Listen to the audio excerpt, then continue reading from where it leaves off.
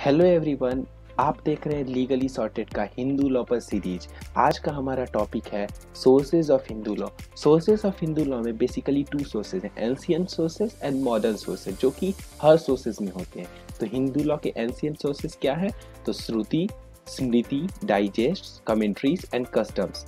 वहीं modern sources हैं justice, equity and good conscience, precedents यानी कि जुडिशियल डिसीजंस एंड लेजिस्लेशंस। तो आइए इन सब के बारे में एक एक करके डिटेल में बात करते हैं। सबसे पहला है श्रुति, स्मृति और बाकी जो हम लोग देखें डाइजेस्ट, कमेंट्रीज एटसेट्रा।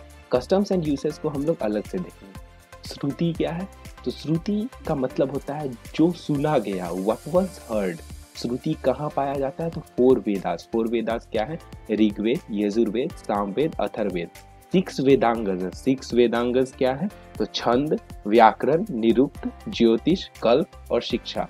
उसके बाद 18 उपनिषद। सो 18 उपनिषद के नाम भी आपको मिल जाएंगे। इससे ये जानना इसलिए जरूरी है क्योंकि इससे क्वेश्चन ऐसे आ सकता है, which of this is not a shruti? और ऑप्शन होगा वेदास, वेदांगना, वेदांगास, उपनिषद और समथिंग कुछ और। तो आपको पता लगाना होगा, पता होना चाहिए क्या श्रुति है क्या नहीं है।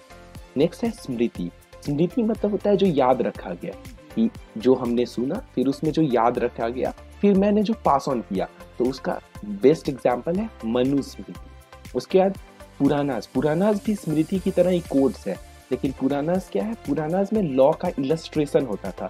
स्मृति में जस्ट लॉ लिखा है, पुराणास में उसका इलस्ट्रेशन होता था। तो इसलिए पुराणास को कहते हैं supplements to the scripture, illustrates law with application. This is also known as fifth Veda. उसके बाद है कमेंट्रीज, निबंध। कमेंट्रीज को कहते थे निबंध। And digest on Smritis form the base for practical purposes. तो अब कमेंट्रीज क्या है? तो जैसे याज्ञवल्क्य स्मृति रिटन बाय विज्ञानेश्वर। हम लोग आगे स्कूल्स ऑफ हिंदू लॉ में ये सब पढ़ेंगे, तो ये भी बहुत इंपॉर्टेंट है। अब नेक्स्ट पॉइंट है कि अगर वेदा और स्मृति में कोई कॉन्फ्लिक्ट दिखता है तो कौन जीतेगा? तो वेदा जीतेगा। ये बहुत इंपॉर्टेंट पॉइंट है। तो कि वेदा में ऐसा लिखा है, स्मृति में ऐसा लिखा है, तो क्या हम लोग फॉलो करेंगे? तो जो वेद में लिखा है वही फॉलो करेंगे। ये बहुत इंपॉर्टेंट। लेकिन सब्जेक्ट ऑफ मैरिज जैसा स्मृति में लिखा है, जैसा डील किया हुआ है स्मृति में, हम लोग उसको ही फॉलो करते हैं। नेक्स्ट पॉइंट है हम लोगों के पास जुडिशियल डिसीजंस। तो जुडिशियल डिसीजंस ये एक मॉडर्न सोर्स है। इसके बारे में बहुत ही इंपॉर्टेंट बात कही गई है, this is the most fertile and practical source. तो ये जानना आपको बहुत जरूरी है। फिर दो जजमेंट्स में क्या कहा गया है जुडिशियल डिसीजंस के बारे में, सो यहाँ लिखा हुआ है, आप एक बार देखिए। In applying Hindu law, the judge should not introduce his own concepts of modern times, but should enforce the law as derived from recognized and authoritative sources of Hindu law, that is, Smritis and commentaries, जो कि हमने पहले देखा, as interpreted in the judgments of the courts. वहीं Allahabad High Court had pointed out that it is not well settled that Hindu law as administered in India is not the Shastric law but the law as declared by the court. So this is very important point. ये पूछा जा सकता है कि ये statement किस court ने किस केस में कहा। तो दूधनाथ वर्सेस सत्यनारायण, ये आपको जानना बहुत जरूरी है। नेक्स्ट है लेजिस्लेशंस। तो 4 मेजर इनैक्टमेंट्स है। क्या क्या? Hindu marriage act, Hindu succession act, Hindu minority and guardianship act and Hindu adoptions and maintenance act. ये चारों मेजर लेजिस्लेशंस हैं हिंदू लॉज के। इनमें कुछ फंडामेंटल चेंजेस लाए गए हैं but not a total break. कुछ टोटल ब्रेक हुए हैं, जैसे एबोलिश्ड बाइगैमी, जो कि पहले पुराने जमाने में पास्ट में बहुत प्रीवेलेंट था, अब नहीं। उसके बाद नेक्स्ट है introduce divorce which was unknown to Hindus. Divorce को हिंदू नहीं मानते थे। क्यों? क्योंकि हिंदू सोचते थे कि मैरिज एक सैक्रामेंट है। उसके बारे में हम लोग हिंदू मैरिज जब डिस्कस करेंगे तो बात करेंगे कि हिंदू मैरिज क्या है, except certain customary modes of divorce. Next point है justice, equity and good conscience. ये कब फॉलो होगा? In absence of any specific law in the Smriti. अगर स्मृति में कोई स्पेसिफिक लॉ नहीं है या फिर स्मृतिज में ही कोई कॉन्फ्लिक्ट है, तो principle of justice, equity and good conscience को फॉलो करेगा। अब ये होता क्या है? तो ये प्रिंसिपल है what would be most fair and equitable in the opinion of the जज। एक एग्जाम्पल लीजिए। इंग्लिश लॉ में एक रूल था जो कि पब्लिक पॉलिसी के बेस पर फाउंड किया गया था, खोजा गया था, is that a murderer is to be disqualified from succeeding to a property of the victim, और ये हिंदू सक्सेशन एक्ट में भी दिया हुआ है। तो this is a law which is based on justice, equity and good conscience. ऐसा कहीं हमारे किसी स्मृति में नहीं लिखा है। नेक्स्ट है हमारे पास कस्टम्स एंड यूसेज। ये खुद एक वीडियो बनाने के लिए काफ़ी है टॉपिक, लेकिन आप इसी वीडियो में देखिए। कस्टम्स क्या होते हैं, तो what are customs? Customs is a habitual course of conduct generally observed in a community. ये डेफिनेशन आप नोट डाउन कर सकते हैं। कस्टम को हमारे संस्कृत में कहते हैं सदाचार। सदाचार का मतलब होता है द अप्रूव्ड यूजेस, ऐसा यूजेस जिसे अप्रूव किया गया है। A rule which has come into force as a result of a very long usages. Long usages भी होना जरूरी है। मनु ने कहा था immemorial custom is transcendent law. इसका मतलब है जो कस्टम जितना ज्यादा पुराना है वो उतना बढ़िया लॉ है, उतना बेस्ट लॉ है। कस्टम्स एंड यूसेस के बारे में हिंदू मैरिज एक्ट के सेक्शन 3 क्लॉज ए में लिखा हुआ है।